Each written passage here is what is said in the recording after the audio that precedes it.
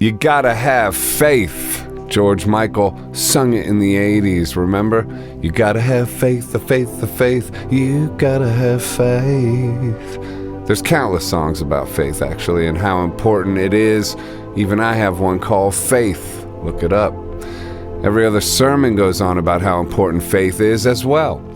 But what is it? What the heck kind of thing is faith anyway? I mean, deeper than the Hallmark card or superficial version. It's an idea or concept so ubiquitous and pervasive that the challenge of it or actual meaning might just slip through the cracks of consideration. When someone goes through a difficult time, we just automatically say, have faith, or keep the faith, brother, without ever considering that what we are saying, in fact, is trust you'll be okay, that some invisible entity will take care of you as all around you are people in a world going down in flames. Let's not pretend that faith isn't a tall order, or indeed perhaps the most difficult thing that we have to work for. Equal parts pragmatic and mysterious, so much so that I've seen very little deep investigations into what it actually means. So much so that even Jesus asks us only to have a mustard seed size of faith to move a damn mountain. Apparently he knew about the incredible challenge that faith throws down.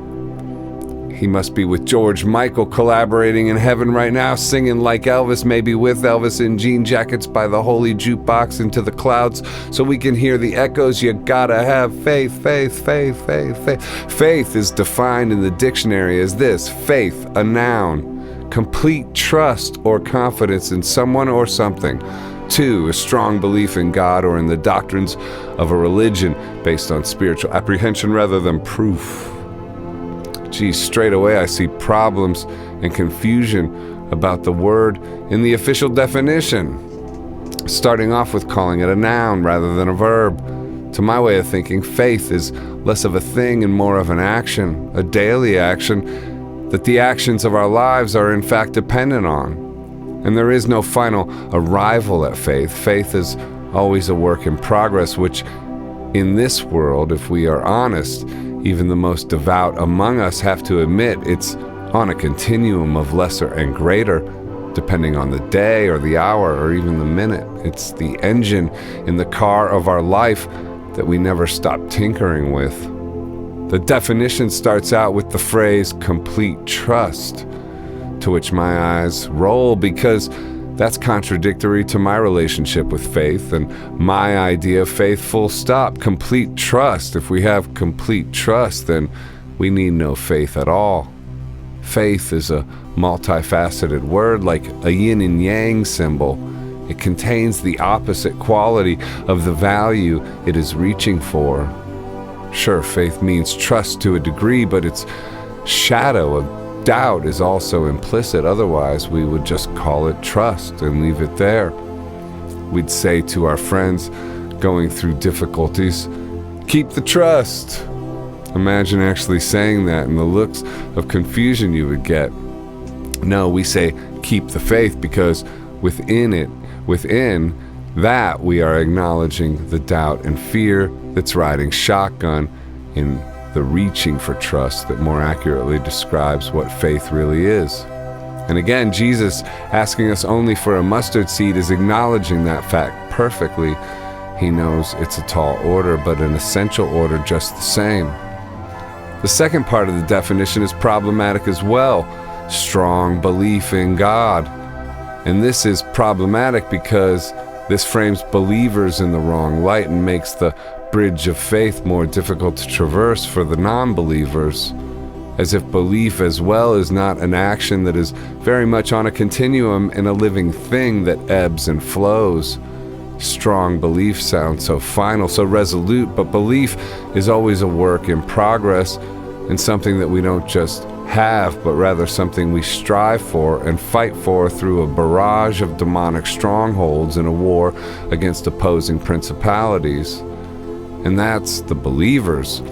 The non-believers have just stopped trying to have belief at all, and they read a definition like that, look inside themselves for 5 minutes and realize they have nothing resembling a strong belief or complete trust, and so reason that faith must just belong to others, not like themselves, and leave it there. And who can really blame them on some level? The concept of faith not really adequately explained outside of Jesus asking for a mustard seed, which sums it up with a simple genius so profound that it's easy in this confusing world of noise and distraction to just glaze over and not really consider the wide expanse of meaning that simple phrase actually contains. So how would I define faith, since the official definition has decided to define it as complete trust rather than address it as the solar system it actually is? I would say it's faith, a verb. The act of seeking trust for something or someone or God when the evidence of so-called reality is continually showing evidence to throw that trust away. An example of this is when Jesus asks his believers only for a mustard seed. He is letting us know how difficult the challenge of faith actually is, and that only a very small amount is needed to move a mountain. So let's look at faith in a pragmatic sense, and the reason that preachers will tell us that to receive the Lord's blessing, faith is essential. Because here, on the real world of facts and figures and the material plane, our actions matter, and the pragmatic reason for working towards faith is that faith will determine our actions on both polarities of the equation. A lack of faith will cause us to act in one way, and a strong faith will cause us to act very differently. I've heard it said that faith is a bridge between difficult seasons in our lives. The meaning of that being that without faith there is no bridge, so one would have to swim an impossible distance without it, which reflects on the pragmatism of faith. Rather than work on swimming or self-reliance, we work on faith so that the bridge may appear.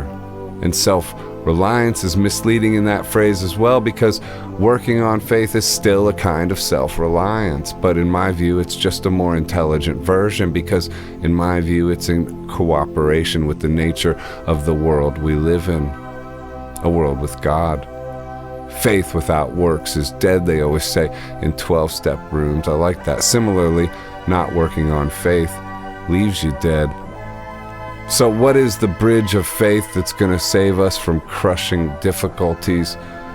Yes, it's belief that God is with us and helping us through it, but on the pragmatic side, it means that fear won't win the day, and that our actions in the face of danger won't simply be motivated by fear, which always leads us to destruction, like the panic of a drowning man. Faith is space to operate within, to calm down, to not panic so that we can see the bridge and take the next right step in which to cross it. In this way, we can see that faith isn't just magical thinking that people who have lost step with reality delude themselves in, but rather a more intelligent power that gives us access to the faculties of our reason amongst the bombs going off in the war of our life. And again, we are never asked to have something like total faith or complete trust, but rather a mustard seed, a very small amount. And very small amount is enough to move a mountain, so powerful, real faith actually is.